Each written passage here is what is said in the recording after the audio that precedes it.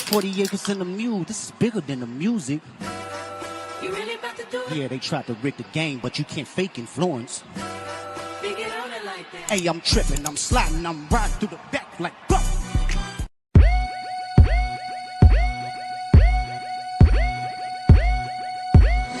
Oh my God.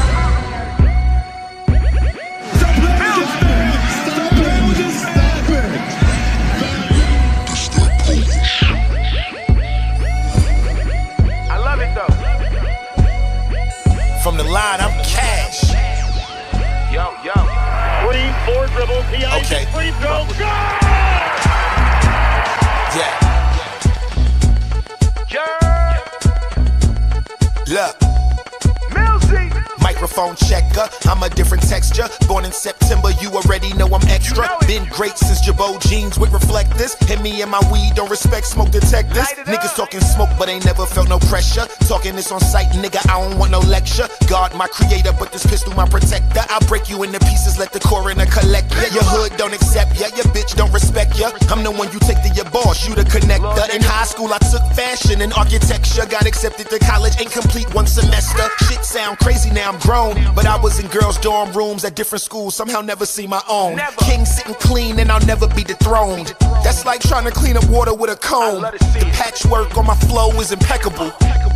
Yeah, bitch, I got it sewn. Models see me out and hit record on their phones, trying to capture all this fly shit like she got a drone. No, I'm not a clone, I'm actually nice. And this ain't work, it's practice from the charity strike. They like how he make it every time tragedy strike. Got niggas confused, questioning my battery life. I'm a New York City nigga, it ain't hard to tell that. Anything that was ever made, I believe I could sell that. That's a fact. And bullshit, I can smell it.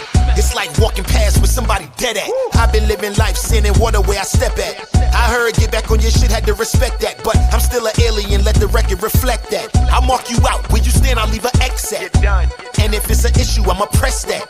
Fuck a tweet, where you live, how I address that. No fairy tale, this ain't Comic Con. I'm different like Kyrie Irving during Ramadan. I have an hour in the sauna, that's what I be on. Getting my mind right before I decide to bomb. Went from Crown Fried Chicken, getting us through the storm, to eating duck on the watermelon ambiance. What we doing? Yes, nigga, I said duck. This a different type of life that I live in. It ain't luck. The fuck? I'm good money from the line. Millz.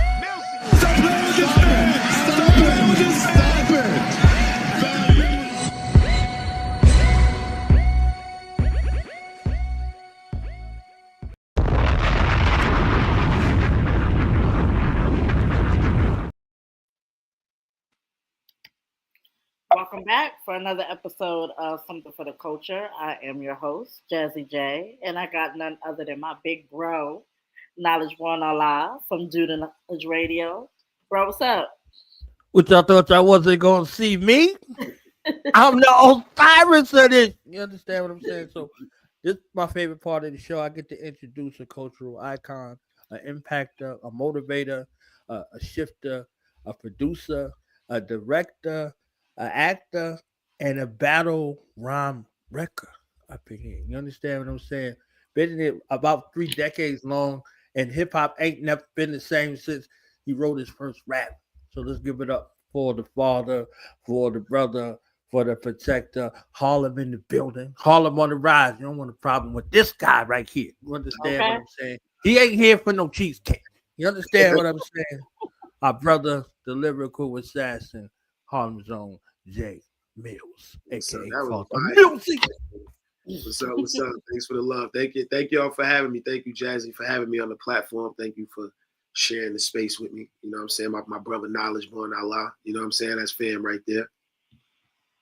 Dope. We love. Thank you for coming on. Listen, we are big fans. Okay, let me just start by saying that. And that freestyle, I let me just appreciate that. I appreciate that.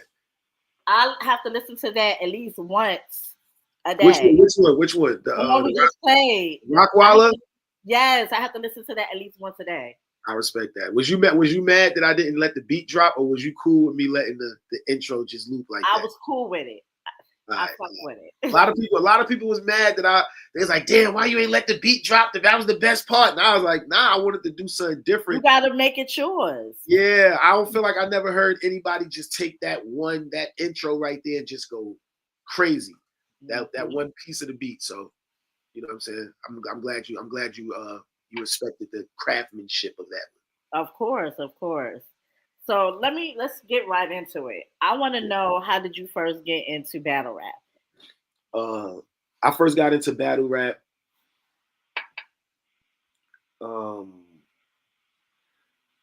I'm trying to think, when was my first battle, or when did I get into battle rap? Like, when can I say? You know what? I think it was more so the era I grew up in, because I went to school for art. So I was like one of them people, well, one of those kids. I grew up in that cartoon era.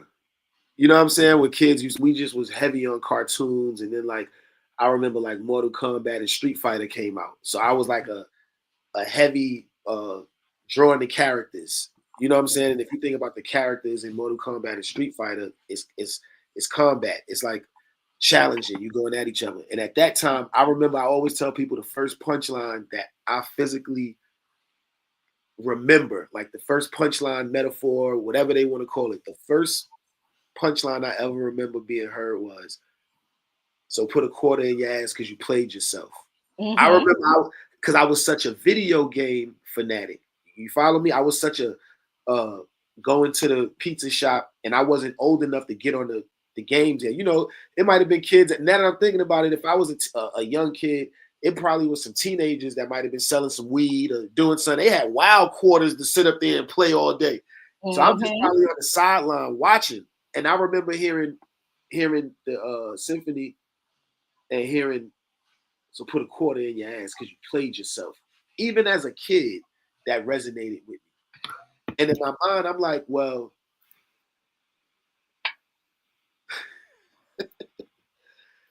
I didn't hear that type of rap on the type of music that was fun music to me. Mm-hmm. I don't know if I'm being long-winded with this, but I grew up in the crisscross era. Like Knowledge Born Allah, he know, like I always say my first two albums that I bought that I remember like studying was Totally Crossed Out and Into the 36 Chambers. I bought those for 2 for $5 bootleg, and then I got the original ones. But in front of the Chinese restaurant on 157th and Broadway, where I lived at that time, I remember the Chinese guy, he had like 2 for $5 or 1 for $3. Yep. I really just wanted Totally Crossed Out. I was cool with and keep people. I bought the real thing after this. Like my moms and my uncles and them was like, they used to buy like real albums. And they was like, nah, you can't have that. You got to have a booklet. If you're going to get the album, you got to read and see where the samples come from. Always look in the credits and see if the person wrote it or not. Like my uncle was a big music fanatic. So back to the battling thing. From me studying those albums, like I said, I listened to fun music. I listened to Totally Crossed Out. I liked MC. I thought MC Hammer was dope. I didn't have a problem with Ice Ice Baby. I thought those was fun, fire records that I could dance at the birthday parties to when they start doing the dance competition. I'm gonna turn this mother out. Please, Hammer, don't hurt him. I'm about to destroy the dance competition. But when I heard, like when I started hearing Playing Your Position, Hot Nick Son, this one, I'm like, oh, that's different than I Ain't No Joke. I used to let the beat. That was like Wu-Tang in them. I used to be like, damn, Meth and Ghost and Ray. And now I remember when I started listening to Nas, that's when I started getting into the Nas and AZ type of rap. Mm-hmm. Like rap that will go over your head. Right. You might not figure it out. You got to like kind of listen times like, I like that song, but I don't really know what he's saying, but I want to know what he's saying. Mm-hmm. And then it was Big L. Like when I moved from 157th between Amsterdam and Broadway on the hill, I moved down to 144th between 7th and Lenox. Big L is from 139th between 7th and Lenox. Mm-hmm. I always tell the story about seeing Big L walk past the block, going to the pizza shop and Crown Fried Chicken and Chinese restaurant. And I remember going home looking at Video Music Box. I would see him on there. Mm-hmm. Then I was digging in the crates. Fat Joe was my first CD I bought. Now I was born a lot. You know this. Fat Joe, Jealous Ones, Envy, and Do or Die. AZ. Those was the first CDs I had that I owned that was mine, that I got a chance to study. My mother bought me those albums. So I knew Big L was with Fat Joe, Diamond D, Showbiz. I knew he was with Digging in the Crates. Mhm. And I started listening to Big L, and I was like, yo, he's super metaphorical. This ain't like the Wu-Tang totally crossed out stuff that I'm listening to. Right, blew your mind. Yeah, this is a little bit different. And I remember at that time is when I kind of started rapping. But like I said, I'm listening to Wu-Tang, Mobb Deep.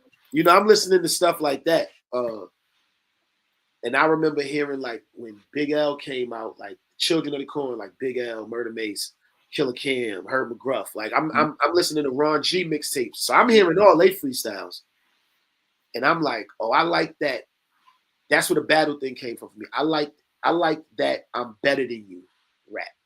You know, like the fun rap was cool. I had raps that probably sounded like Crisscross raps at one time. Mhm. I probably had a million raps that sounded like I thought I was Mace, because that's my favorite rapper of all time, and that was my favorite rapper at that time.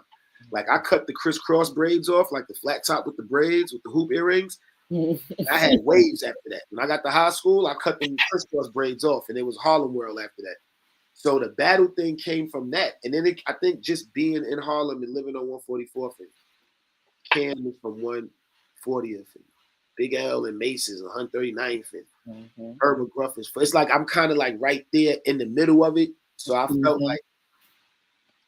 felt like I could do, if they could do that, I could do that. You know what I'm saying? Like if a famous hairdresser or a famous stylist was from the same block you was from, you know what I'm saying? You would feel like, man, I know I could be a famous designer because so and so used to live 3 blocks down from, 3 buildings down. My mother went to school with her, so I know it's possible for somebody to get from. And I think I just took on to battling. Like I probably knew how to battle. I probably had battling down to like and I know this is like a very long answer. You probably asked me a question about 15 minutes ago. To wrap it up, I knew how to battle more than I knew how to like count my bars and stuff. Because I knew if I wrote in my like 5 subject book that I go to school, I knew if I wrote the whole front page and like 30% of the back page, that was a verse. Because when I'm listening to Fat Joe or AZ, I'm rapping over those beats. I mean, I'm rapping over those songs while those verses is playing. So that's how I learned how to count my bars. But in a battle, I was just putting pages together. Like if I remembered this page and this page and this page, I would say them all together until you stop me. That's probably why I talk so much now. See, that's probably where I get it from. So based off of all the examples that you gave, who would you say your biggest influences are? Definitely everybody I just named: Big L, Mace, Cam. I would say Mace was my biggest influence. And if anybody know me, if I would have said any other name, they'll probably curse me out. Like I've had arguments in school over Mace. I've had fights. I punch people in their face. I got punched in my face. I've gotten to wild different situations arguing over Mace. Let's do it like this. Give me your top 5 dead or alive. Oh, that's tough for today. But I will say, I don't know if I wouldn't say Mace is like, I wouldn't put Mace over Big. You know what I'm saying? I wouldn't put Mace over Pac, but like lyrically, I wouldn't do that. But if you asking me who had like the most influence on me becoming Jay Millz, like the 5 that had the most influence on me becoming Jay Millz, is definitely Biggie. It's definitely Mace. It's definitely like Biggie. It's Mace. Snoop. Because I'll explain why after. Biggie, Mace, Snoop, Beanie Siegel. Okay. Biggie, Mace, Snoop, Beanie,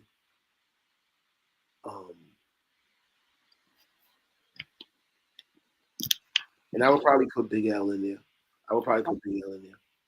Not saying that I don't like Jay-Z or I don't like anybody from the Wu-Tang Clan or right, or Fat Joe or anything. But I can literally explain to you why I said all of those people. Like Biggie is because I was always like a short, husky, chubby, fat kid. You know what I'm saying? But I always had personality. I always was a jokester. I always was very witty. If you joke about me being fat, I was already looking at your sneak. When you walk in, I'm already thinking, if we do get into something where he start joking on me for being a fat kid, his book bag don't look that new. Like he got paw prints on the thing on his straps. Like you got paw prints on your straps.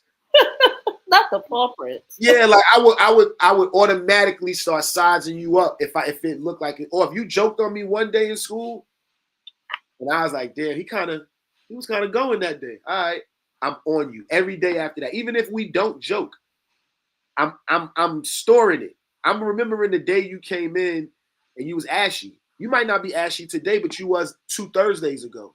That's how my Virgo mind work, right?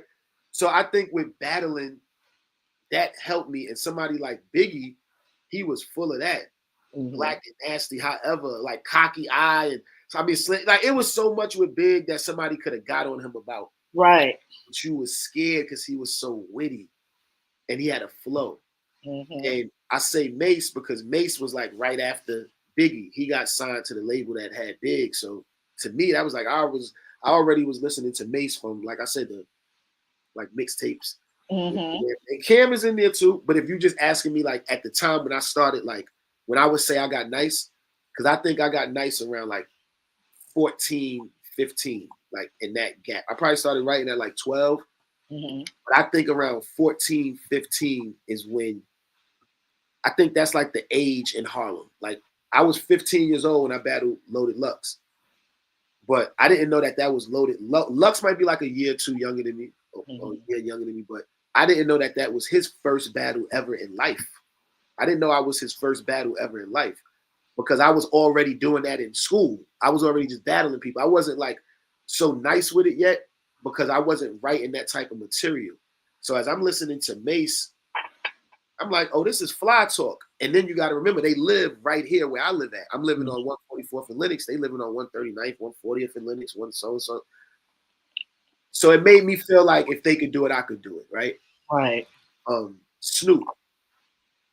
I always liked West Coast music since the beginning of me hearing West Coast music. I never got caught up on the East Coast, West Coast, down South thing because I'm a kid of as much as I was brought up on Video Music Box, I was brought up on Yo MTV Raps. And I was brought up on The Box. I was brought up on Rap City with Joe Claire, you know what I'm saying, Prince Dejan, and you know what I'm saying, Big Les, Big Tigger, Cedar's World, all of that stuff. Cedar's World, Hits from the Street. I'm from all of that, so I just used to like Snoop because I had already like NWA and all that. It was just cool to me, the Raiders jackets and all that. It was cool, even though I didn't really comprehend with everything that they might have been saying. I knew I liked DJ Quick whenever I saw him on Yo MTV Raps because that's the only place you would kind of see like Quick, MC8, Spice One, right, or E40, Be Legit. You know, I saw Sprinkle Me probably for the first time on Rap City. Right. You know, we would always hear them, but that was the first place that was the first thing. So Snoop was like the next era of what I had already knew West Coast was, like the Ice Cube. I'm a big Ice Cube fanatic. If there was a 6-man award in this 5 that you asked me, Ice Cube would definitely probably be 6. Okay. But Snoop gave me, like, if you notice, if you ever listen to a lot of my early raps, I spelt a lot of stuff. It was like once he did SNOOP, I was like, oh, that's a different way to rap if I wanted to. Because remember, I'm coming from the Criss Cross era. Right. I'm trying to grow into Cal. I'm trying to grow into this Iron Man album I'll be listening to. I'm trying to grow into the last 2 songs on the purple tape that I got, the Wu Gambinos and Heaven or Hell. Okay. I want to rap over beats like that, like songs my moms might listen to But if I could loop the last it, because I'm also from that era, the Pro Tools era. So as I'm learning and crafting my type of style that I want to rap, the Snoop thing made me like I'm spelling everything. JAEMILLZ. Or I can use that all day. Or I could be MLZ. Or I could break my name up to 3. Now I'm M and you can't spell Mills without ill. Like I'm just thinking of all sorts of things that whenever I'm freestyling, I got go-tos. I could rap something with JAE or MILLZ all day. NYC 1 2 3. Like, I could keep it going all day. Beanie, for some people, they might look at it like, damn, Mills, you got Big, Snoop, and Beanie on your list of people. But these are just people that inspire me. I'm not saying that these are the greatest rappers of all time. Right. But that's what I got from Big. That's what I got from Mace. That's what I got from Snoop. From Big L, I already told you what I got from Big L. Just you want to be slick. You want to slick talk so much that people might not get it. You know what I'm saying? Big L was like, I used to study Big L. Like that was around the time where I'm listening to like Stretch Armstrong on Sundays and I'm buying like mixtapes from all these different things. And I'm like, damn, Big L is like nice. Like he would be rapping and then he would start rapping like Bone Thugs. Taking these niggas up, but it was like that was a big thing too at that time. I was a Das Effects fanatic. I had both albums. You know what I'm saying? I was definitely one of those people too. I think I was into the flow. Like same thing with Chris. Totally crossed out Miggity Mac Daddy and Big Daddy Kane and then Jay-Z and then like Snoop. I think I was a fan of people who could switch their flow. Stop and go. Outkast.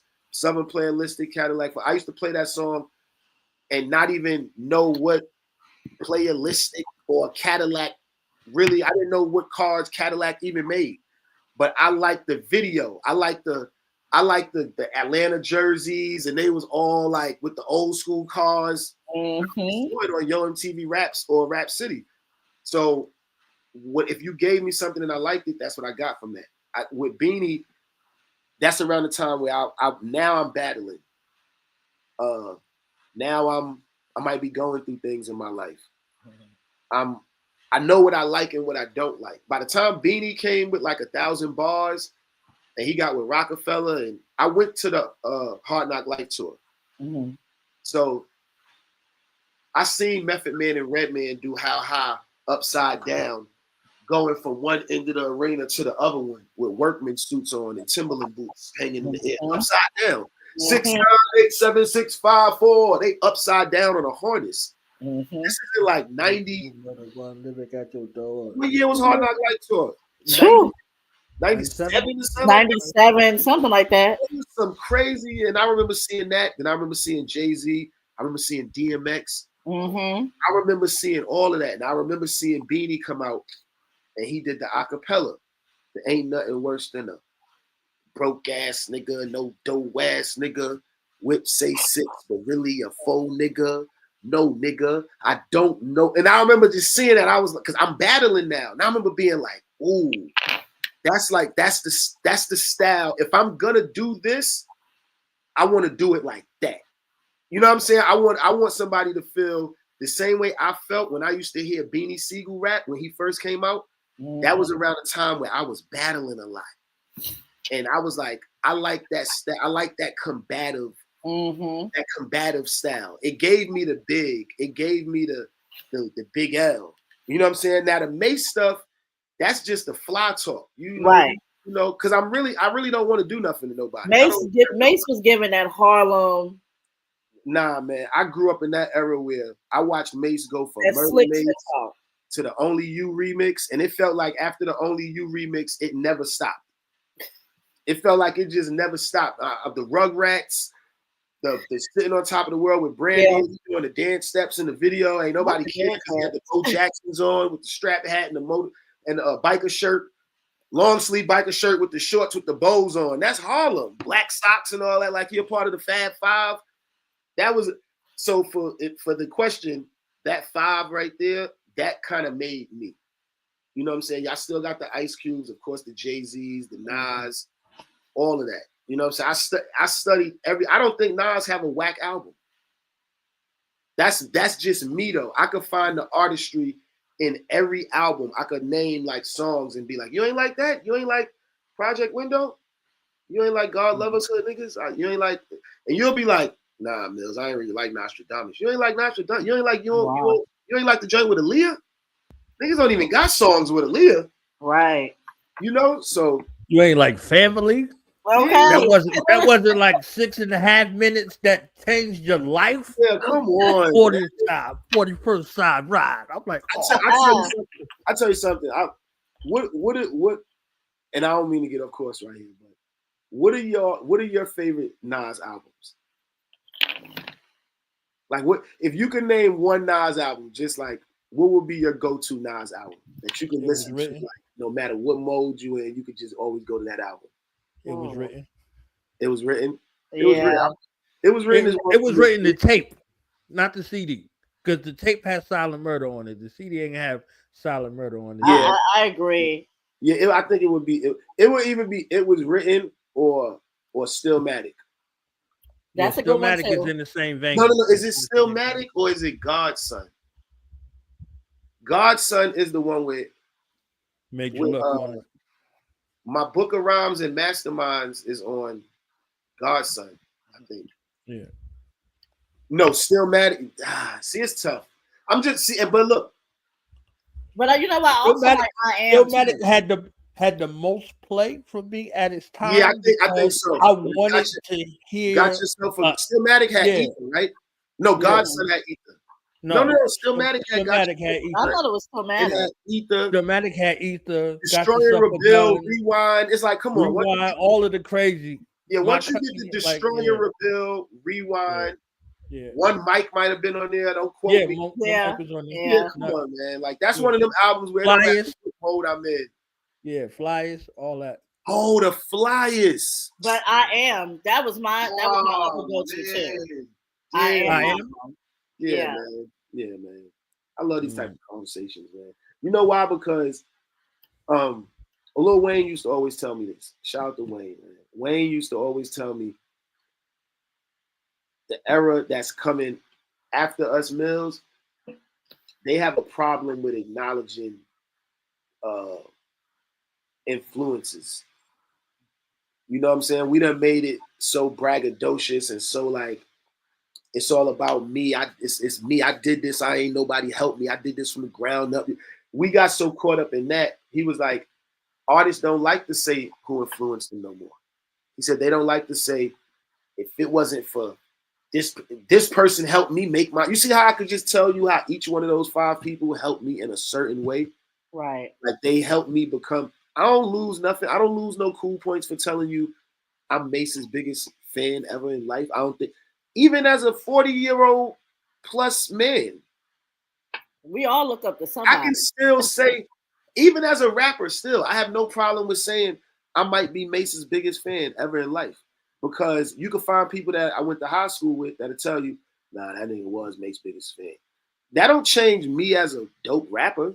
Right. That don't make me no less of a rapper because I could give somebody props. Like I could sit up and just like I said when I first heard Method Man, I'm like, oh, this flow is different. I told you I don't think Nas got a whack out.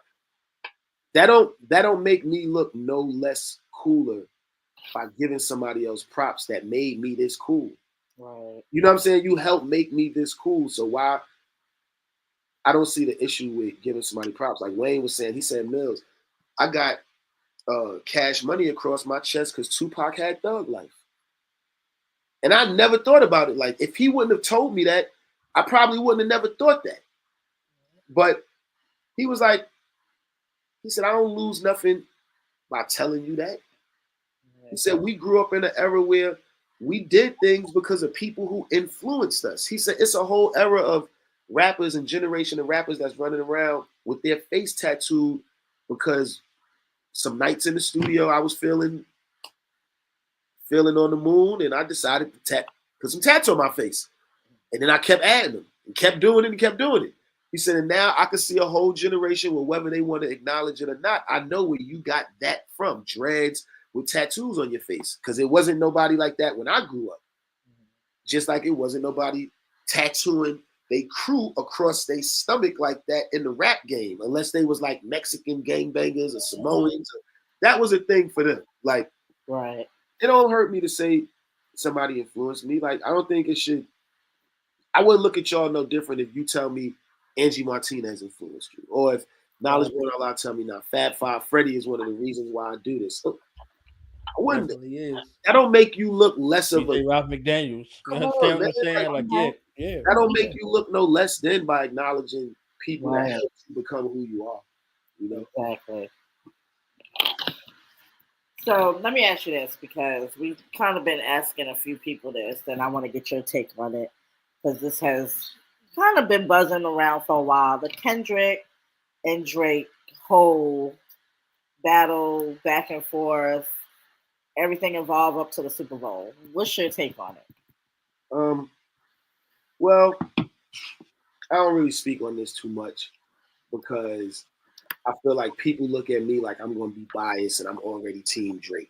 So I don't want to, you know what I'm saying? They like anything you say that doesn't go with. I mean, speak your truth. I mean, Yeah, if anything you say doesn't go along with what we feel, it's like, oh, you hating on Kendrick, or you only saying that because you Drake, man. So with this one, I've been kind of like staying clear of talking about it. But just to be real, I think it was bound to happen. If you really listen to Drake and you listen to Kendrick, everybody keeps saying that they've been throwing jabs at each other for the last how many years. My thing is, I don't know internally. I don't know for a fact what the issue is or what the issue was or what led up to it. I know they were saying something about the record with him and J. Cole, and they wanted Kendrick on it. Like, I didn't really keep up with the specifics of everything, right? But I do remember when the records was coming out, like Euphoria and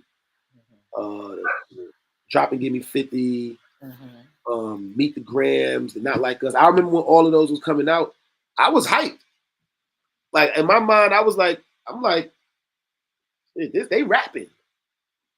Drake rapping, Kendrick rapping. This is what we wanted. And at the end of the day, I feel like people got to understand, you can be the biggest Drake fan. You can be the biggest Kendrick fan. And you can like whatever you want to like. You can pick whatever side you want to pick. But you got to understand that you can't write the diss rap or the diss song for them. Whatever Kendrick put together and came at Drake with, and whatever Drake put together and came at Kendrick with, if you a fan, that's what you got to live with. You know what I'm saying? I think the pedophile, I think the reason why Drake held on to the pedophile thing so big and so much is because that's like saying a nigga's a snitch and you don't got no paperwork on it. Even if you say it in a diss rap way. Like, if I'm on a URL battle, Knowledge Born Allah, I'll tell you this. If I'm on a URL battle and I call Geechee Gotti a snitch, or I call Rum Nitty a snitch, you know what I'm saying? Or Murder Mook, I say, nigga, you a rat, blah, blah, blah, blah, blah, and you know it, and I ain't got no paperwork, and he not a rat, or he's not, they would look at me and be like, all right, come on now. And I think that's the whole thing Drake got caught up on. I think he got caught up on that, the pedophile and a minor thing. Now, don't get it twisted. The bar was creative. Drake said a bunch of creative shit. Kendrick said a bunch of creative shit. They did it creative. A lot of people didn't like the what was the shit Drake did with the AI Pac and the AI Snoop, I think, or was it something like that? Something like that. It was something like that, right? I liked it. I didn't think it was bad. Kendrick did something like that when he was rapping from the perspective of Pac before, and I liked that too. You know what I'm saying? So I didn't really, I don't know, I didn't really see the issue with it. But I do think when Not Like Us came out, that changed everything. And I think that changed everything because when you in when you in like battle mode, it's like real brutal fan war. Like, the fans beef more than the artists really beef. You know what I'm saying? Like, LeBron and Michael Jordan fans gonna beef way more than LeBron and Michael Jordan ever gonna beef. ever in It's life. just like Nicki and Cardi fans. They're gonna go Ever at in life. They got time all day. They like this. Return. Yeah. Sit back. Yeah. Go through these comments. Return. They did all day. They there for it, right? So I think when Not Like Us came out, and this is something that could happen too, because Not Like Us is probably like one of the all-time diss records of all time. It's universal. And just like Back to Back is up there. Yeah. Back to Back is up there. No Vaselines and the Who Shot Yous and Hit 'Em Ups. All of those is solidified. Those is up there. But I think where Not Like Us caught on so much is because Kendrick isn't really active like that a lot. Like Drake been on fire for probably the last decade.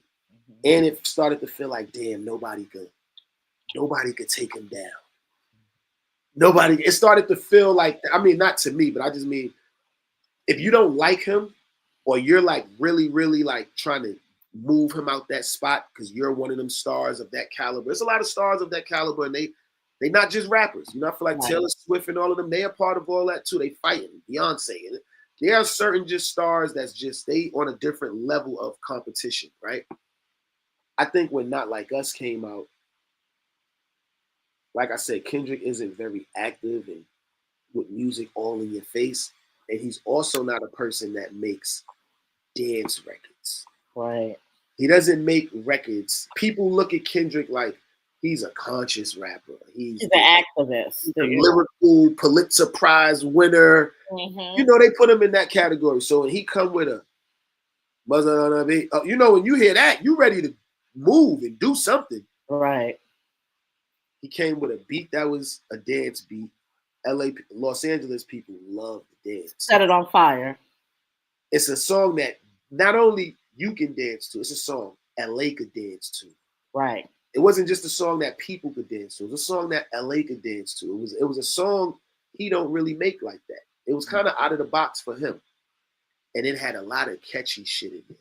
Mm-hmm. Whether it was true or not. Because then once you get into the real battle and the jokey form of it, it's like now we don't even care if it's true. If it sounds funny and it's catchy and we can all sing along with it, it was so much that went along with it. Yeah. And I think people just got tired of Drake. Not to say Drake joint wasn't hot or Kendrick joint wasn't hot, because they both made dope. Like we ain't had a battle like that in a long time. They gave us some good diss records to listen to for the rest of our life. Right. Everybody was like, we and Not Like Us. They had the internet on fire for a good 2 weeks.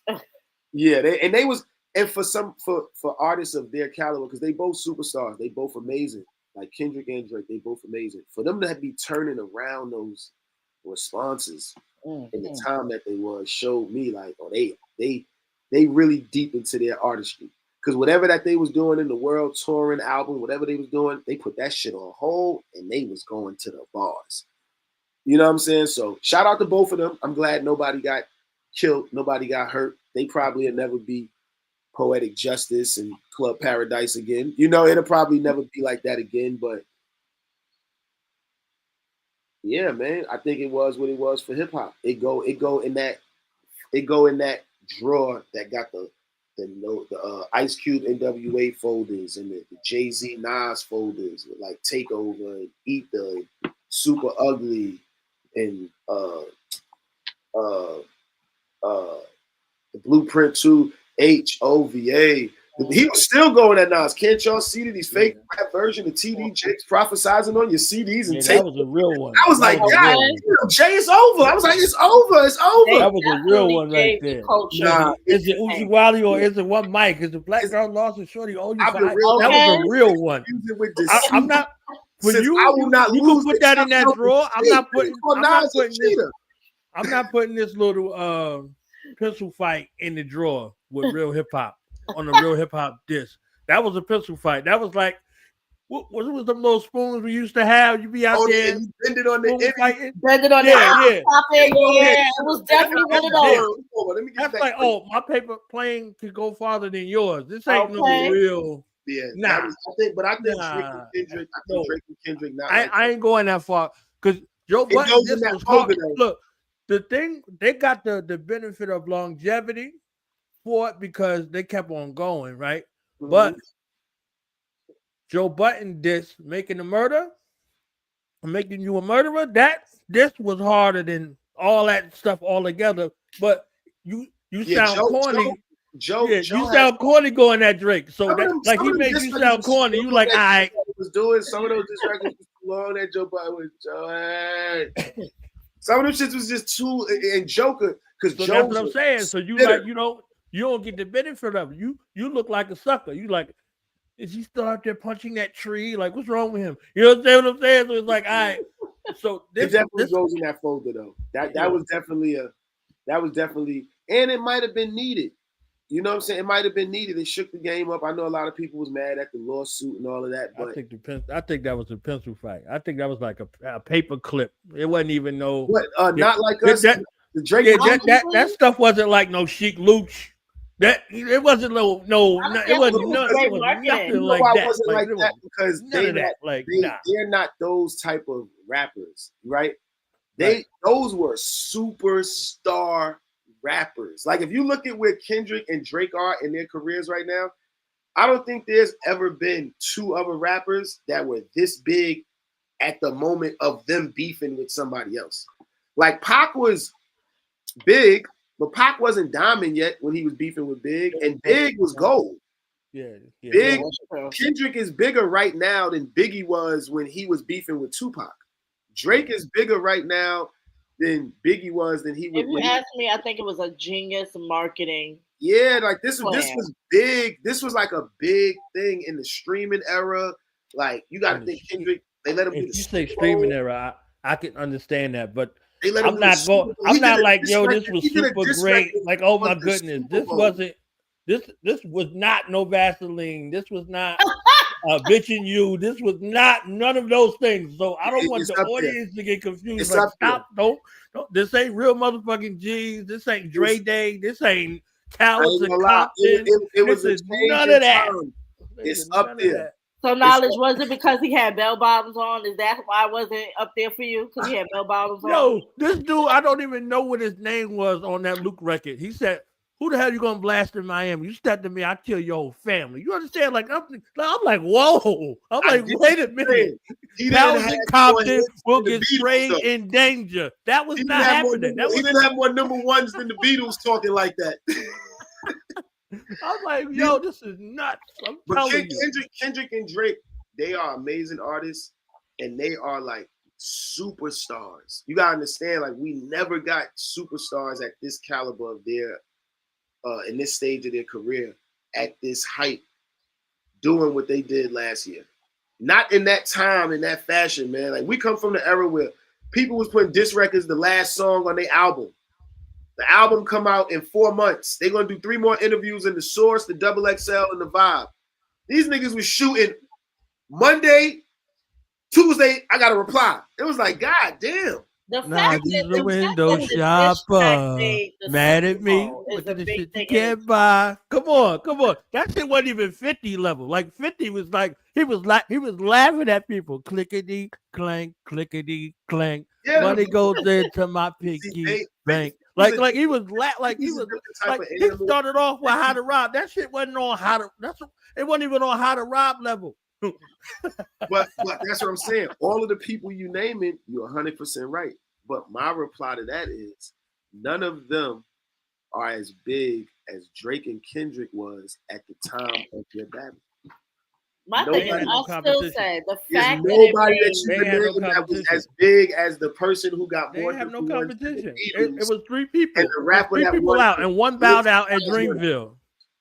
But the thing is this: the fact that it went national with the damn Super Bowl says it there. And you know, this is another thing. This is another thing that really took the Drake and Kendrick thing to another level. And I tell people it wasn't nothing musically. This is just my personal opinion of what really like took it to another level. All these rap battles that we talk about, it's usually like people from a city or a state, and they beefing with somebody from here, or you know, the Locks, they from Yonkers, they beefing with State Property, they from Philly, that's a 2-hour trip. This is like somebody from Los Angeles, California, and somebody from Toronto, Canada. And I think at some point it went from Drake and Kendrick to well, if we can get Drake out of here, it would be great to do it with an American. It would be great for an American to control music again because it's Drake, and then if it's not Drake, then somehow it's The Weeknd. And it's like for a little while, you start looking at it like, God damn, they kind of got a little chokehold on these spots, on these, you know, and it's not purposely, but I think once it got to a point where it's like they seen some light at the end of the tunnel where like, hold on, Kendrick is kind of on Drake, he on his heels. If we just put a little money behind this, we might could get him out of here. And it's in the middle of him supposedly doing renegotiations and all that. It was just timing. And then what made it even crazier is Kendrick, the GNX album. I don't think the GNX album is his best work, but I think it's his most upbeat. It's his most upbeat, catchy songs. And he's rapping on about 5-6 of the songs on GNX. You can hear where, these songs was done after Not Like Us. This is GNX to me is Kendrick, like in his mind, that was him taking a victory lap. If you really listen to it, it's fun. I feel good. Get the fuck out my face. It's still kind of on that Not Like Us. We could dance to it. We could boogie on some LA shit. We're talking about the Dodgers winning the championship. You know, this is recent. That was all shit that was like, oh, y'all fucking with it? Oh, we did it? All right, I'm going back in the studio. That's what I kind of got from it. And when the last time you got this much music from Kendrick? And that's real. And the impact. Everybody like petty, spicy Drake. Like this might make Drake get back on his petty, spicy shit. Like, yeah, I'll say impact wise, it's the greatest impact. Yeah, it's not the best because they showed up. They both showed up. It's the greatest impact. Like what it did and what Kendrick allowed content creators to do. Like it was genius. Like it was genius. Yeah, he didn't block him from doing like recap videos and all that, right? Yeah, that's cool. Nope. It did what it was supposed to do. The greatest alley-oop. And you in Cali, so you seen what it really did for Cali. Listen, you know what I'm saying? Like that was a whole nother thing. Not Like Us in Euphoria comes on at 8:30 in the morning on Sunday. You know, like they usually be playing like gospel music, or they'll be playing like a sermon, like a live sermon from a church somewhere early in the morning on Sunday. No, it'd be Euphoria. You'd be like, God damn, I'm dropping Journey off at school. It's like 8:15. Look, when it go okay, gotta Joe okay. It did what it was supposed to do. I would say we needed that. Los Angeles, they still play Not Like Us in Euphoria and all of that. Yeah. They have no choice but to play Drake now because now who's calling my phone?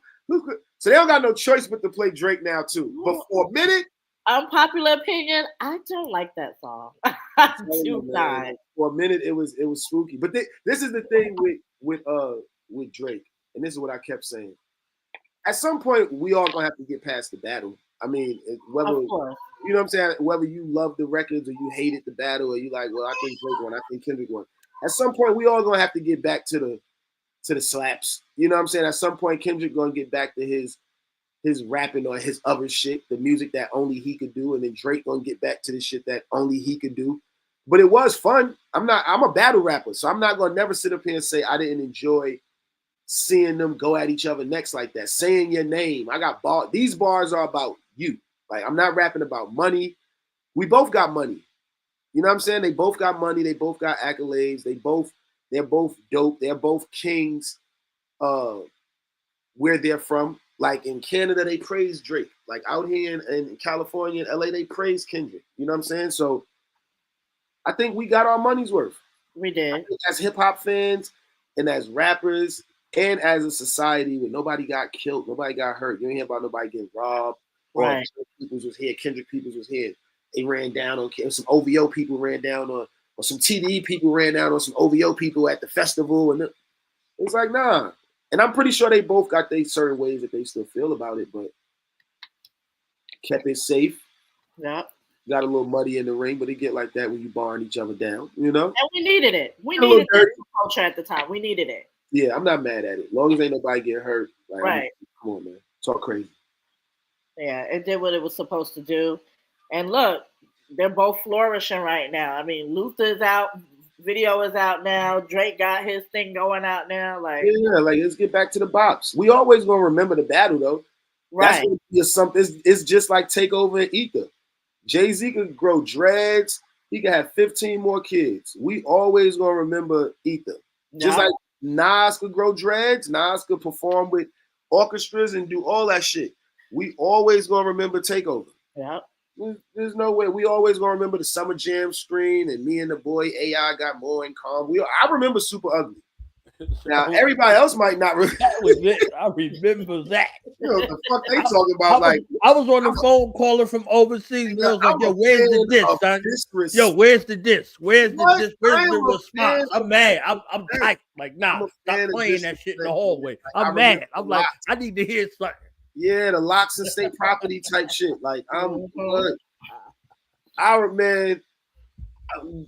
Chris and Neef was on Flex one night. They was freestyling. Nigga said, fuck SP, J Hood, Datu, looking out for Nasir, nigga, when I find you. I was like, God damn. Yeah.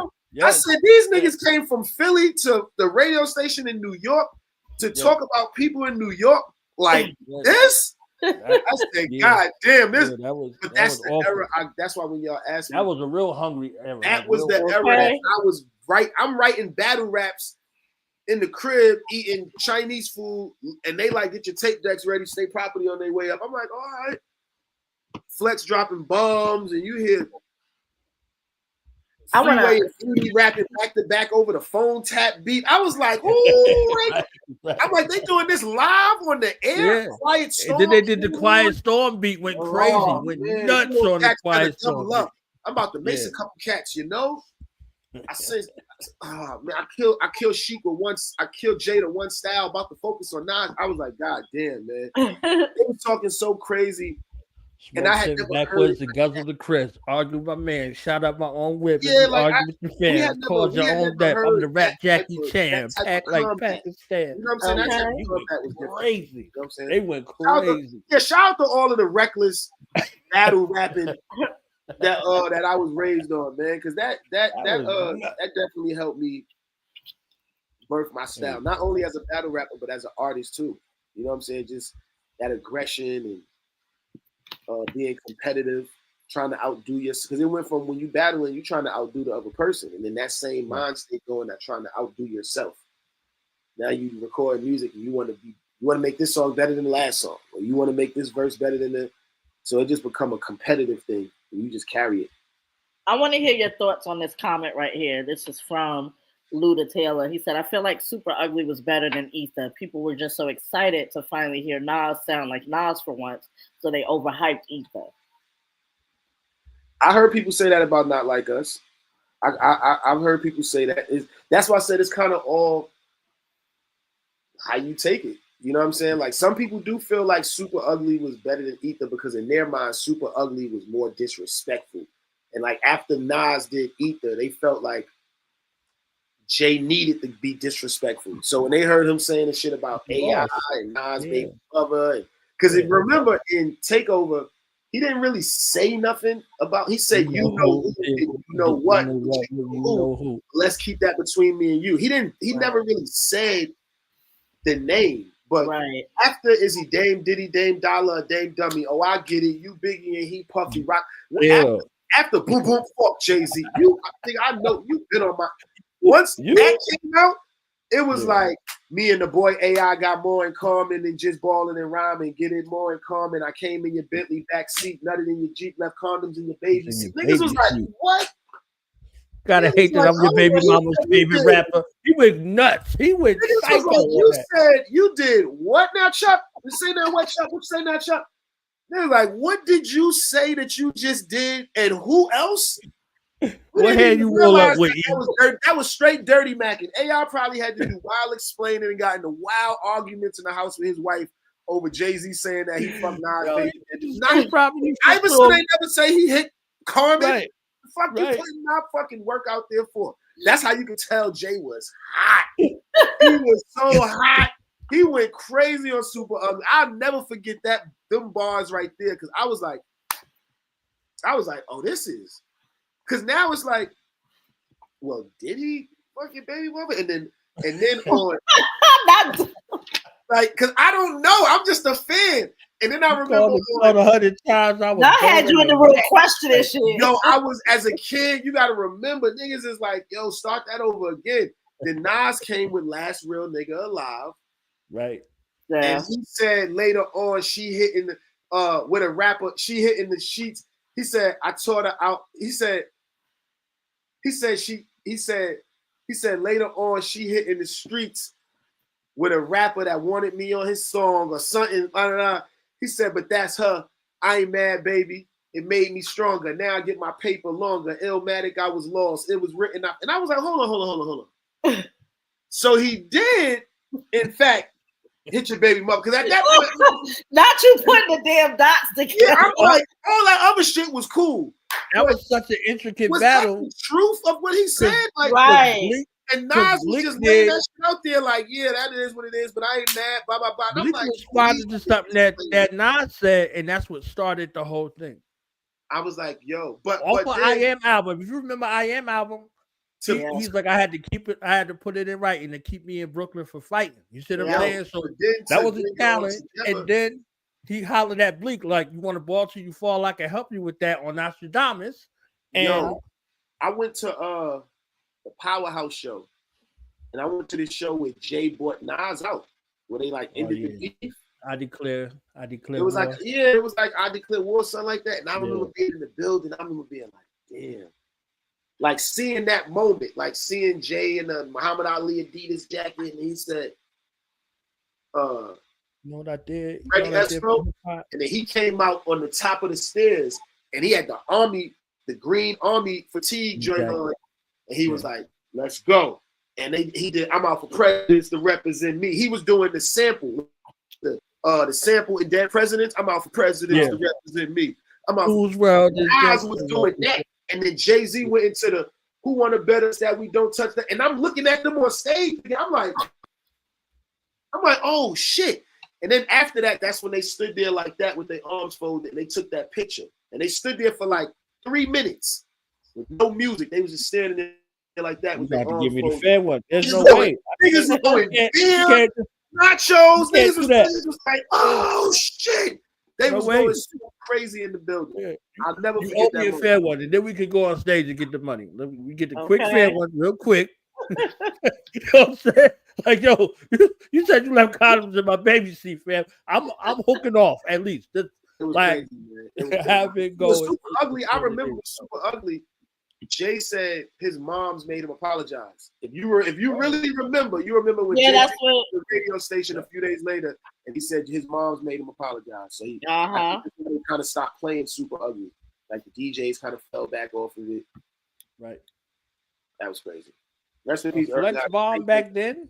Yeah, me too. It was over with. Your whole career was over with a flex bomb. Like, and he dropped 6 million flex bombs on that joint. Like, listen, when Hit Me Now came out, I was in a cab going downtown somewhere, right? The cab ride had to take at least 35 minutes because I was on the West Side Highway. I got stuck in traffic, and it was nighttime. And Hate Me Now was coming. He started playing it when I got in the cab, I remember. And I had like my little CD player on me at the time. It wasn't no iPods at that time. So I had like my little CD player, and I'm listening to some shit. And I'm like, damn, he just keeps starting it over. By the time I got to where I was going, he was still bringing the first verse back. New York City, this is crazy. This is crazy. New York City. New Nas, New York City, turn me up in the head. Yeah, I'm like, God damn. Yeah, that was the he made such a movie with it. Yeah. That you wanted that album when it came out. You know, like that's when you think about it, the way that the industry was then and the way that the industry is now, it done changed so much. Like just me thinking about that, like just the promotion and the breaking of a record. You don't have to break a record no more because you can just throw it out there and whatever.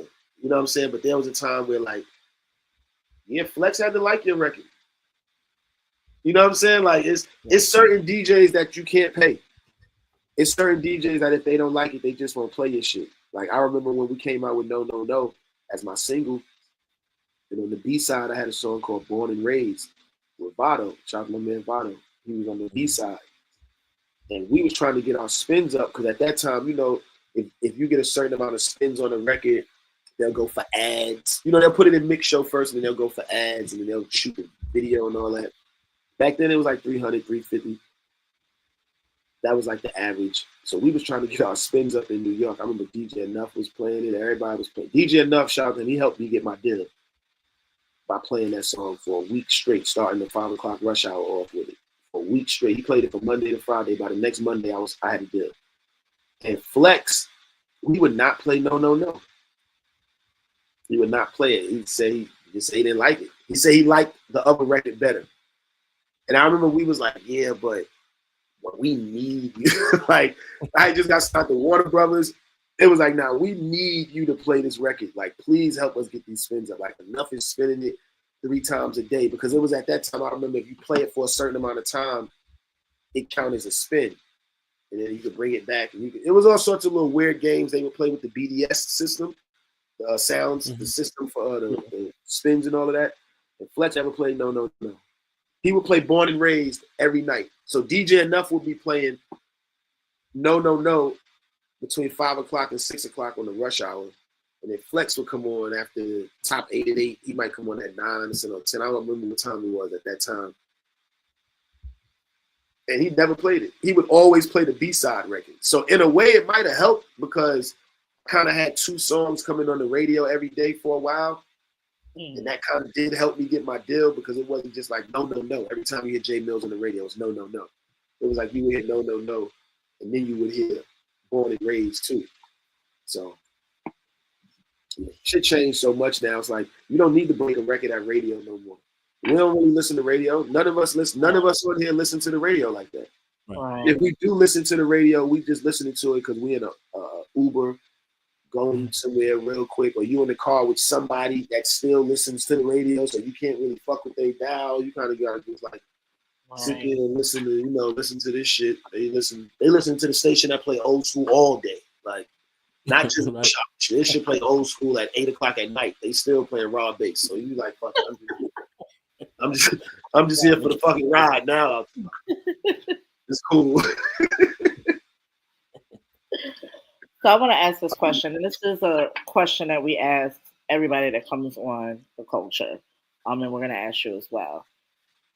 Given that tomorrow is not promised, right, and you could go at the blink of an eye, when you leave this earth, what would you want your legacy to be known for? Let me get back to that little tip of that question too about the big piece. You said, what would I want my legacy to be?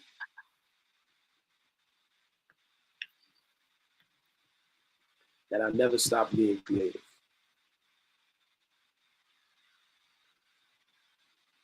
Because I think that right there opens a whole nother conversation. And me saying like I just want to be remembered for like always being creative is because if you know me, you know that there was a time where, like I said, I went to school for art. So I was creative with cartooning and fashion and architecture. And then there was a time where I started listening to Wu-Tang and Mobb Deep, Children of the Corn, and Gigging in the Crates, and Boot Camp Click, Outkast, Death Row. You listen to Bad Boy, you listening to all of this, and then you start being creative with the same way that you was creative with colors, and you creative with words. All right, so you take that, and then you get creative with words. You just learn how to rap. Wasn't good. I was not good when I first started rapping, but I learned how to put the words together to describe myself. That was my thing. Like, my name is Jarvis Million. Like, I was like, all right, well, my name is Jarvis and Millz. They call millions Millz, so I could be Millz, but Jarvis Millions sounds stupid, so be Jarvis Million. That sounds crazy. Like, remember $500,000 was out and he used to call himself $500,000. And you know what I'm saying? Like, Asiatic, the million. With, like, I was like, oh shit. One of the illest to ever do it. And then Christina came out, and I said, hell no.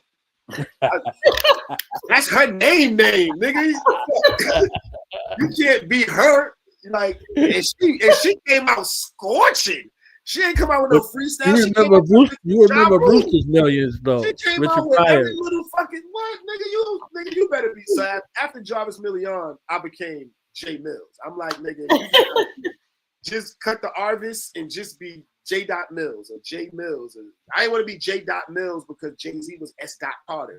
I felt like I didn't want to be nothing Millz. Just be J Millz. Like, and that was just that. So that was the creativity thing with that. I got with Young Money, and I had to be creative because I had to learn how to fit in.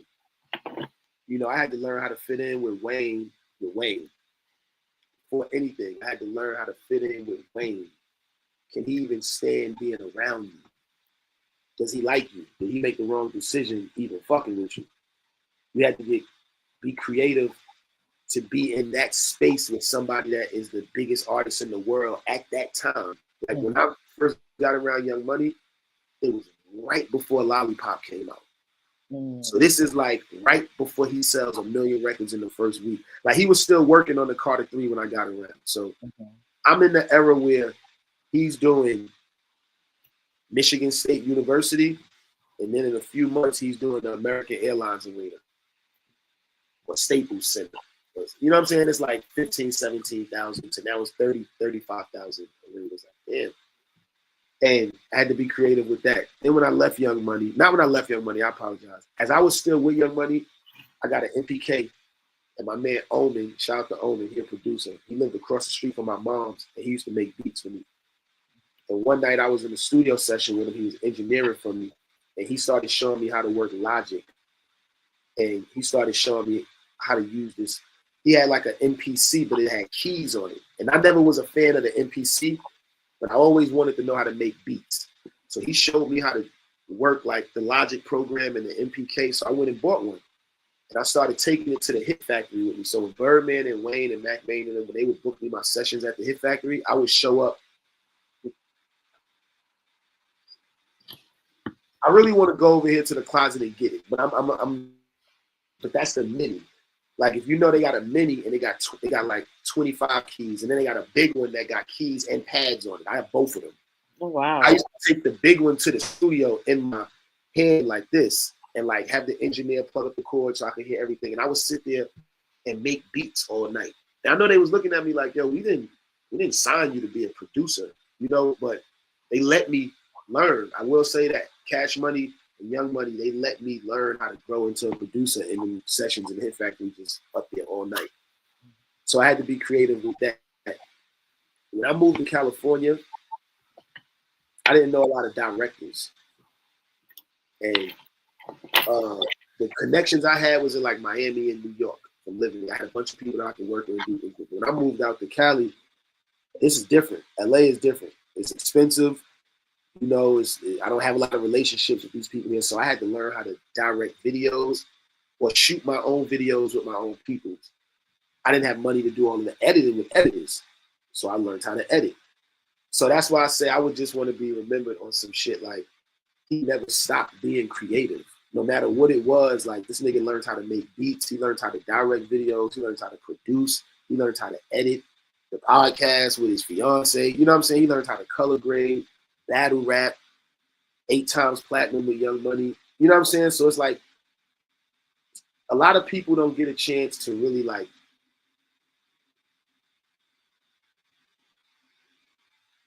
show their full potential in one lane. You know what I'm saying? I could literally sit up here and name probably 5 to 8 different lanes that I can be 100% creative in, and you would never think that I could do that. You know what I'm saying? I can record my own EP, project, album. I can mix it. I could take the curses out and make a clean and a dirty version to send to all the DJs in the record pool. I could go take my camera, give it to my fiance, tell her to just hold the camera and shoot me like this. I'm gonna put it in the auto track. Give me the camera back. I come home, put it in Final Cut Pro and edit it, color grade it. I upload it to YouTube, And then I'll make reels on Opus clips so I can post one every day. See, this is shit that people get paid to do that. I had to learn how to cut them out because we live in an era where I don't need to pay you to do something that I can go on YouTube University and figure this shit out in a day or two. Because that's what I did with all of this. I was about to go to the LA Film Institute until I realized how much a semester was. I said, God damn, I got rent. I don't know if I still, I don't know if I want to learn how to direct that bad. But then you go to YouTube and you figure that shit out and you learn how to do it. So with me, it's just continuing to be creative. Like, never stop being creative. The things I was creative with at 13, 14, 15, when I first started getting nice at rapping, I conquered that already. So now it's like, what else can you be creative at? You know, what else can you get so good at that you could feel like, I don't even need to do this no more. Let me try to figure out something else. I'll give you one better than that. All of my potent stuff, and make sure y'all go to potentdepot.com, get you some potent merch. You know what I'm saying? I ain't got this up there yet. This is a one-on-one. But I might throw it up there in a few different colors, you know what I'm saying? And just let you know. I keep them on deck, you know what I'm saying? I can switch it out right now if I really wanted to, you know what I'm saying? I can switch the whole thing right now, but I don't want the interview to look crazy, you know what I'm saying? So I keep my bucket on. I make all of that. And you want to know how I make all of that? Because once again, that's the creativity of, I went to art school. I went to the High School of Art and Design in New York for cartoon and architecture and fashion. I know how to do this. Right now, I get it made, right? I bought a heat press machine, and I'm about to get a bench press, like a workbench table, so that I can start doing my own heat presses. I designed all of this. Look, the hat right there is the one that's in right here. I designed all of this. I make the thumbnails. I upload them. I run the site. I design the site. I send out the packages. I make the slips for the, because that's a part of being creative too. If it's your, and this is your brand and this is your business, you run it like that. You know what I'm saying? Sometimes the months are incredible. And in some months you just paying a bill. You know what I'm saying? Like some months you might spend more money on your plan than you made. And you gotta accept that. You know what I'm saying? If you're spending $50 a month for your Shopify and you ain't sell nothing this month, you ain't gonna spend $50 the next month. You still got to keep the store open. You know what I'm saying? You know what I'm saying? So it be like that. It be like that, but that's also a part of being creative. It's like, all right, well, if ain't nothing really selling, I'll make some new shit. I don't have to call nobody to make me nothing new. I don't have to call nobody like, yo, it's about to be the summertime. I'm thinking I want to do some shorts and some t-shirts. Can you give me some mock-ups? No, nigga, I will make my own mock-ups. I will go on Canva and make my own thumbnails with me and my lady for every episode that we do. When the episode is over, let me take a picture of you, take the camera, take a picture of me. I'm going to stand this way. You're going to stand this way because I always put you on this side. I put myself on this side. I put it in the middle. That's it. You make you a thumbnail, you color grade it, so that when you go to the page and you're looking at it like that, it look in sync. It ain't just a bunch of pictures. It ain't just a bunch of clips from each episode. No, somebody took the time to make a thumbnail. Somebody took the time to make a description, and every episode is timestamped. That's creative. That's giving a fuck. I could have just threw the episode up there. I didn't have to make a playlist. So if you wanted to watch all of this and just this alone, without all of the rap shit, you know, without all of the freestyles and all that, because I had to realize that everybody that's coming along for the J Millz ride and following my brand now at this point, they might not even like rap. They might have just seen a clip of you and your fiance talking about some 90s music, and they was like, oh, he's funny and she's cool. They might not even know you rap. They might not even know you was with Young Money and Every Girl in the World. They might not even heard Every Girl in the World before. You know, so you got to carry it like that. You got to carry it like, just keep going. Keep being creative. Don't keep all of your ideas in your mind.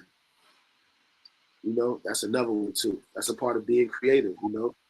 If you don't never do nothing with the idea, it's just a thought. That's true. We all got thoughts. You know what I'm saying? That's true. Now, where can we catch you and your lovely fiance's podcast? When does it air? Jane After Dark. Shout out to my baby Dana. You know what I'm saying? Dana Neon. Y'all can make sure y'all follow her on Instagram at Dana Neon. And make sure y'all subscribe to her YouTube page too, because she building a YouTube page, Dana Neon TV. I have the Jane After Dark podcast on my page, the J Millz TV page. We're in the middle of season 1 and season 2, so we wrapped up season 2. We wrapped up season 1 a few months ago. We did 18 episodes in the first year, and we was doing it like every week at first, but then we said we were gonna do them like every 2 weeks. So what we're trying to do now is get more strategic with it, find out exactly what day we want to do, and I'm trying to figure out if I want to do like lives, if we want to do like lives with super chats or, I just want to do something different. I'm trying to do something different for the second season.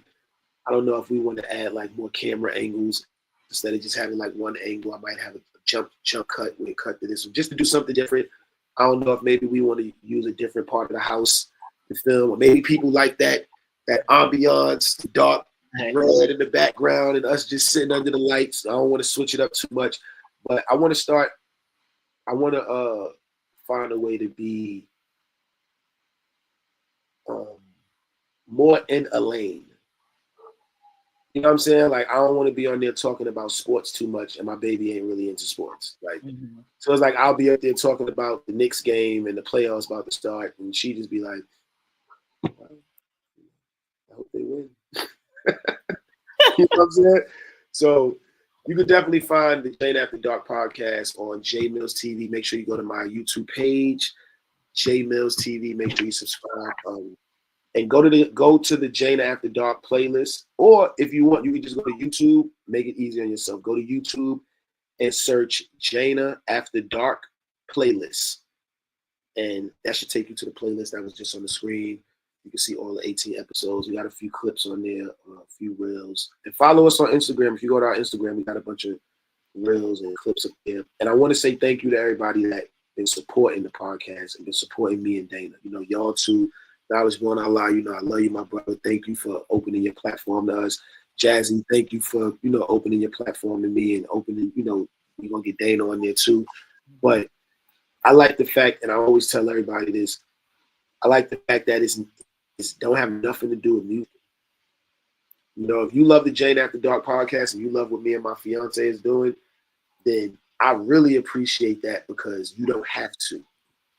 You know, if you love J Millz for rapping and spitting and giving you bars, you don't have to like the Jane After Dark podcast, because you don't get none of that there. Right. You know, you don't get any of that there. So if you do love the Jane After Dark podcast, I know you love something else outside of music that I'm affiliated with, and that's like a blessing to know. You know, that's like a blessing to know that I can hit the brakes over here, jump in this car, hit the gas, and you still gonna ride with me. You know, that would feel good. Well, first, let me commend you for one, you and your lovely fiance even opening up yourselves to us. We need more entertainment and more visions like this for our eyes, for our youth, for our even our older people. We need stuff like that, seeing our own people up here. Yeah, so, thank you. I appreciate that. And I noticed it's not a lot of people. I mean, we have a lot of people now that do content with their fiancés or their wives or their girlfriends. You know, shout out to all of them. I see a lot of people that have podcasts and things like that with their loved ones. And I just think that lane is a lane. It may not be a lane that looks lucrative right now, because if you podcasting, it look like recaps and sports is the way to go. You know, it looked like if you got a show where you're doing just recaps of whatever's going on the internet at that moment, or whatever's in the news or viral or politics, you know, if that's what you want to do. But, you know, I always told Knowledge Born Allah, I always told him, like, yo, we're going to try to stay as unmessy as we can. You know, we're going to try to stay away from the politics. We're going to try to stay away from the things that we know you can get somewhere else, I'm going to try my hardest not to give you that. Because if I'm giving you something that you can already get somewhere else, now I'm in competition with them already.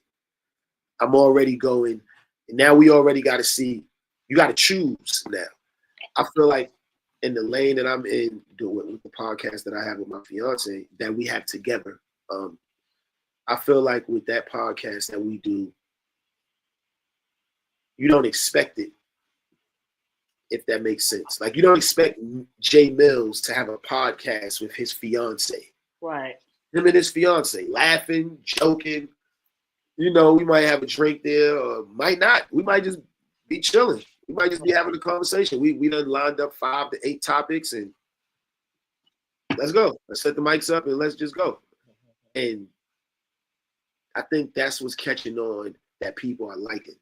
Because like, you would expect me to have a podcast about battle rap, you know, like interviewing battle rappers, like, because that's the easy thing to do. The easy thing to do is always what you expect somebody to do. Right. But you don't want to be put in a box. I don't want to be put in the box. It's like, you already put me in a box. Like, I'm a rapper. I'm a battle rapper. I'm this. I can only do this. It's like, well, now if I'm showing you I could do this, you got to take me out of that box that you got me in with everybody else. Because if they can't sit down and even show you who their lady is, don't put them in a box with me. I don't want nobody who hiding their girlfriend, their wife, or their baby moms, or their fiance. If you hiding her, you can't go in the box with me. Okay. You know what I'm saying? So, and I think that's what make me look cooler. You know, if you really know me, you know I'm a jokester, but I'm also a realist. It's like, I'm not about to sit up here and make it seem like I'm still in a strip club every night when I watch Law and Order every night in the bed with my lady. Why we can't load up the mics and the cameras and talk about the Law and Order episode that we was watching last night with the popcorn bowl with the fudge stripe cookies in it. Right. We're going to talk about Detective Tutiola, okay? That's what we're going to do. Yeah, and Liv with the short hair and long hair, and Liv when she got the little kid, and he said he knew the truth. It was a lot going on, but we can talk about it. But I think that's what's cool for me at this point in my career. Giving you something like that you don't expect. It ain't too much. It ain't like we ain't up there telling you too much of our life. Just because it's Jane After Dark don't mean that we talk about sex all day. Right. This is just after dark, after you pick kids up from school and you cook and you get clothes out for the next day. And you put the dishes in the dishwasher. This is our after dark. Mm-hmm. Some people's after dark is Starlet. You know what I'm saying? Some people after dark is Magic City. That ain't my after dark. I can't pay their bills. Right. That's a whole. Not only that, it's growth. You're older now. You have grown. Thank you. But you can still have the personality and still you don't got shit on nothing that everybody else do. Even if you grew past it. Even if you grew past something, I don't have to shit on it just because somebody else didn't go past it yet. They just might not be where I'm at with it yet. That's cool too. Right. You know what I'm saying? But don't get mad at me because I don't want to go blow my money in the strip club with you, nigga. What are you talking about? You want to go pay her cable bill and her phone bill and keep her lights on, and then got to come home and pay yours. That's dumb. That's fucking dumb. They still got cable bills? All right. Right. Dang, I didn't know that. Spectrum want all of theirs. I don't know what the fuck you talking about. Spectrum want every bit of theirs. Oh, Spectrum. I'm about to say, I'm like AOL Time Warner. Like we still. If you want to watch the Knicks play, that's what it is. I thought Spectrum is Time Warner. Time Warner turned into Spectrum, right? It might make, you know how they do. Ain't no telling they own one. Man, you might be over there with that cracked fire stick still, man. I don't know, man. You might have that cracked fire stick, man. You look like one of them. You look like one of them niggas that's still putting the bill in, man. You got to go put the bill in from YouTube. You got to find a new bill. It's like 13.1. Remember they used to be doing that when we had to crack the fire stick? Oh, yeah. You have to find a new bill, 13.1. Oh, it's the Phantom bill. You put the Phantom bill on it. That shit got all the whack movies. You be like, oh, I got to do this shit all over again. You be like, this shit is whack. All these whack ass. I thought they had Avengers Endgame. This shit got all these old ass Harry Met Sally ass movies. Harry Met Sally. Yeah. Now you gotta put a whole new bill on that shit. They fucked that up. They started making the Fire TVs. You don't even need no Fire Stick no more. That's crazy. You got a fire stick in your TV now. That shit just taking up an HDMI slot. Now you need a converter, stupid ass. We're gonna clip this up, Jake. Can we get a quick J Millz shouting out Of course. Jazzy J and something for the culture? Let me switch the camera Let real me know quick. when we on. All right, we on. Yo, what's good? All the way from the 212 to you. It's your boy J Millz, and I'm holding it down right here with my girl Jazzy J. Straight for the culture. You already know what it is. Potent Depot, Potent Department, all day, every day. Heavy bar talk whenever the guard talk. Jazz, you know what it is. Love. Mr. Millz, we have enjoyed your time here on the culture. I enjoy myself too, man. This is fun. And now we would love to have you. Now you're gonna make me hijack Dana interview now. Yes, we need her up here. We need. I'm not gonna hijack her interview. I'm a love. I'm not gonna bother her. But I probably am gonna pop in and do some dumb shit at some point. Yes, we need her up here. We need her to grace this place with her feminine energy and all her knowledge. She home. She probably home by now. I'm gonna ask where she at. But yeah, we gotta definitely set that up. This is fun, man. You know, I enjoy doing this because this is what I'm good at. You know what I'm saying? I'm good at telling you my story with accountability. And that sounds better than when I was just trying to promote my album. You know what I'm saying? Or I'm just trying to promote a single or telling you about I'm on tour right now. It's like, nah, sometimes when you step back from shit, I could tell you about my influences now. I could tell you about what made me who I am. I could also the way I fucked up at. I could tell you, you know what I'm saying? So right. Like my conversations now is better because it's no real focal point. Like I didn't get on here to clear no rumor that's viral right now. I didn't come on here. I didn't tell Knowledge, yo, tell her not to ask me this, you know what I'm saying? Like try not to, I don't really want to answer no questions about this or that or this and that. I don't give a fuck what you ask me. Like, I don't care what you ask me because I'm not trying to hide nothing. Right. It's nothing that you ask me that I would feel like, damn, that was a disrespectful question. You wouldn't even ask me nothing off the wall like that because that's not this type of interview. You know what I'm saying? Okay. So you know what you're walking into. You know what you're prepared to talk about, what you're not prepared to talk about. But I think where I'm at in my life, it might not be nothing that ever happened in my life that I might not be comfortable with talking about. And that's what makes the best interviews. That's what makes the best audio or video whenever I get on camera, whenever I get on the mic, because there's never going to be nothing that you can ask me.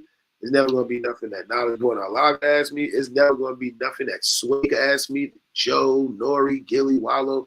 There's nothing that y'all can ask me that's going to make me feel like, damn, I don't really want to answer that. Even if it's something that make me look lesser than.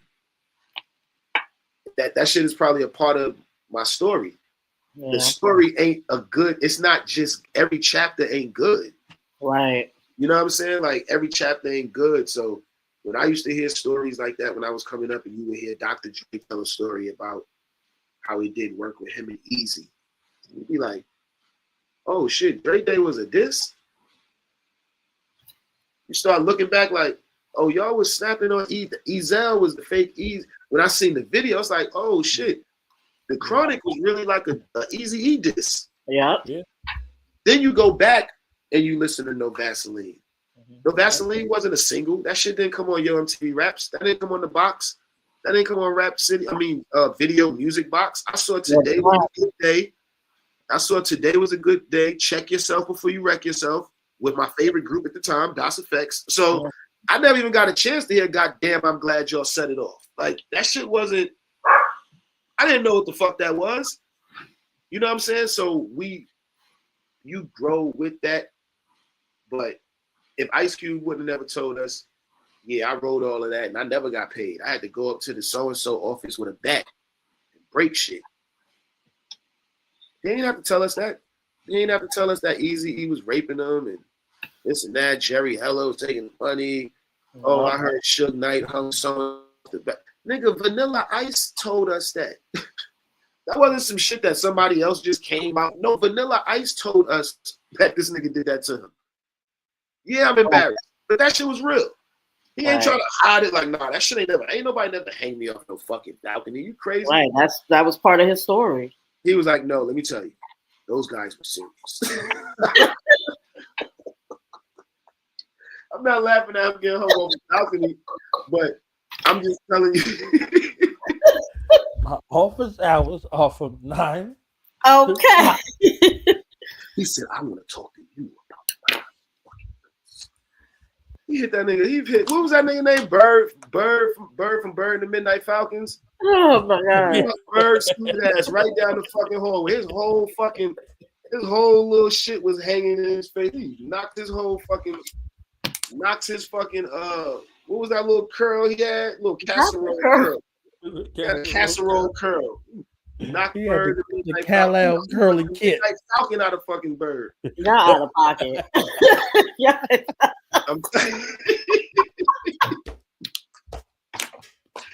I was like, God damn, he should have came to see him 9 to 5, man. Those wasn't the hours to fuck with Big Red. Damn sure won't. Big Red sent that truck to hit Jimmy. He wasn't shit. Jimmy was trying to get in the car. Jimmy was taking too long to get in that car, though. Jimmy was out there having a deep thought. Get your ass in that car and think that thought.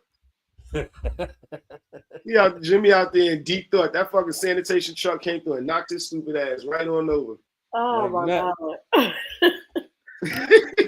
Like nothing. Eddie, remember when Eddie woke up? He says, Jimmy, it's Jimmy, man. He think he know, man, but he don't know, man. Y'all gotta be stopped. Y'all gotta be. He think he know, man, but he don't know, man. You want my spot flash? Oh, So man. you want my spot flash?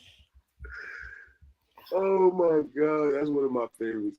Man. Wow. That's one of my favorites, man. Oh shit. But yes, we would love for you and your lovely one to come back. We Yes, enjoyed come you. back. We'll come back. We're gonna definitely set it up. We'll definitely come back because this is fun. This is fun. I'm gonna let you go ahead and give any shout outs anybody want to shout out to before we get up out of here. Shout out to you. Shout out to Jazzy J again. You know what I'm saying? Shout out to Knowledge Born Allah. Shout out to all of the followers, all of the listeners, all of the viewers, everybody that support me, everybody that support all of us. You know, and everybody that's supporting what we doing. Make sure you go over to potentdepot.com, get you some potent. You know what I'm saying? Get you a hat, get you a shirt, get you a hoodie, get you something, support the brand. Check out the Jane After Dark podcast on J Millz TV on YouTube. Maybe subscribe to the channel.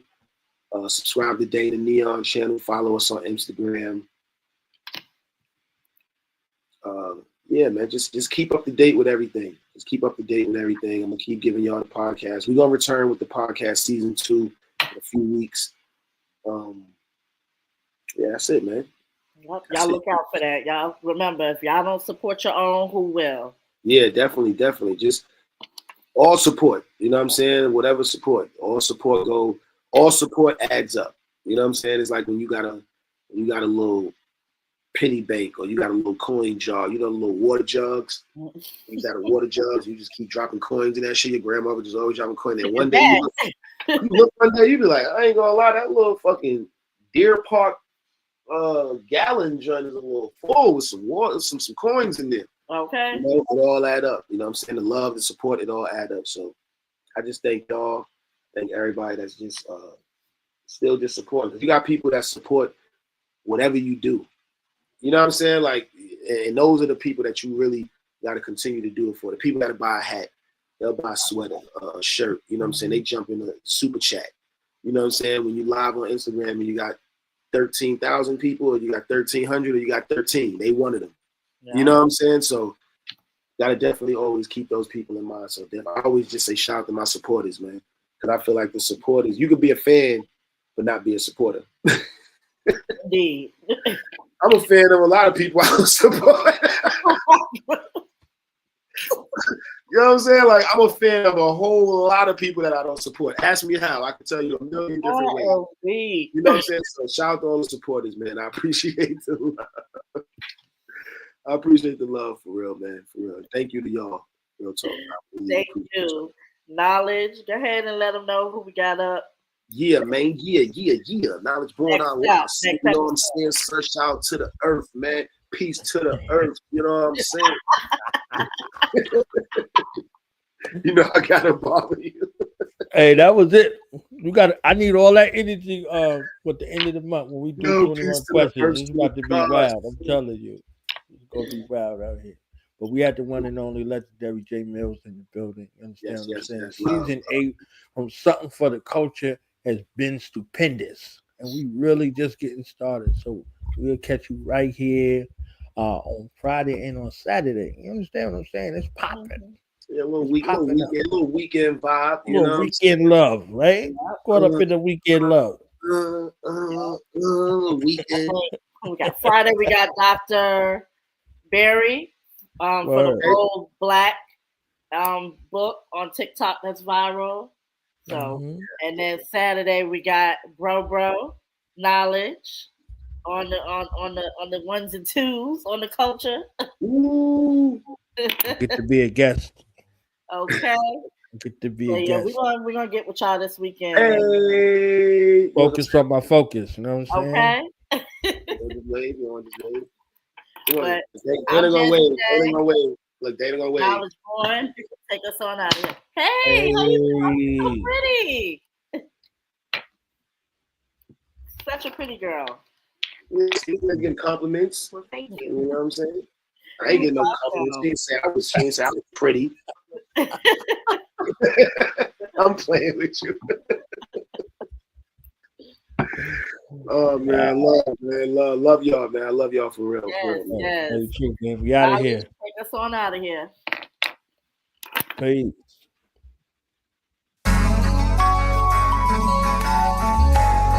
It ain't no excuses if you really want it. It's out there for you to go get it. Go get it. What's your definition though? Yeah. Feel me? Millz. Look, what's the definition? The top of the mountain to you. When I was young, mines was pulling up double park in the coupe. Growing up, I ain't have too many options to choose. You either sold crack, wrote raps, or dribble and shoot. Sham, God, Felipe, and Marbury was the truth. A lot of niggas was aight, but they was living proof. I had a different type of handle though, lovely with the pen. See, I was more like Nas and that Scully with the brim. What's the definition? The top of the mountain to you. If you illegally up, then how much counting to do? Make a rainy day plan for when them streets get wet up. Cause I seen a lot of niggas beat the Lord and let them catch up. And it's all bad when them feds fed up. He knew it was over when he saw how them Suburbans sped up. Flashing lights like one of my favorite Kanye songs. Flash like 8 bars and peak before all your days gone. What's the definition? The top of the mountain to you. I know a couple millionaires top of the mountain they view, but they got nobody to share with. And they tell me that experience is filled with the shit. So let me ask you, would you sacrifice your kids and your wife for the life? Would you sell your soul to the devil if he gave you a good price? Let me know. If you could, would you roll a dice, or would you just find your way through that tunnel till you see some light? What's the definition? The top of the mountain to you. How you measure your success? Boy, what's popping to you? Best way to fall off is thinking nobody popping but you. Like you the first to get some money. Boy, what got into you? Now all your friends became your foes and they all plotting on you. They studying your whereabouts. Them niggas watching your moves, clocking your moves. Like fuck it, now the option is you. Instead of kidnapping the enemy, they tying up you. What's the definition? The top of the mountain to you. I need a mansion with some pillars and a fountain or two. About to buy me some stock in Apple and Amazon too. Everybody working from home, I might need some stock in Zoom. When everybody could quit their job, shit'd be cool. And that everybody consists of a very small few. When all of this work I put in occupational turn into wealth that's generational, I'ma feel sensational. But what's the definition? The top of the mountain to you. What's the definition? The top of the mountain to you. What's the definition? The top of the mountain to you. What's the definition, the top of the mountain to you. To you. And you. And you. What's your definition? Huh? Millz.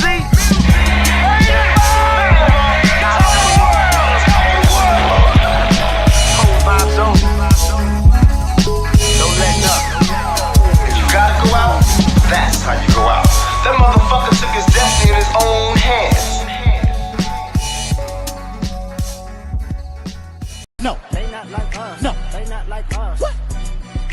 They not like us. No. They not like us. No. They not like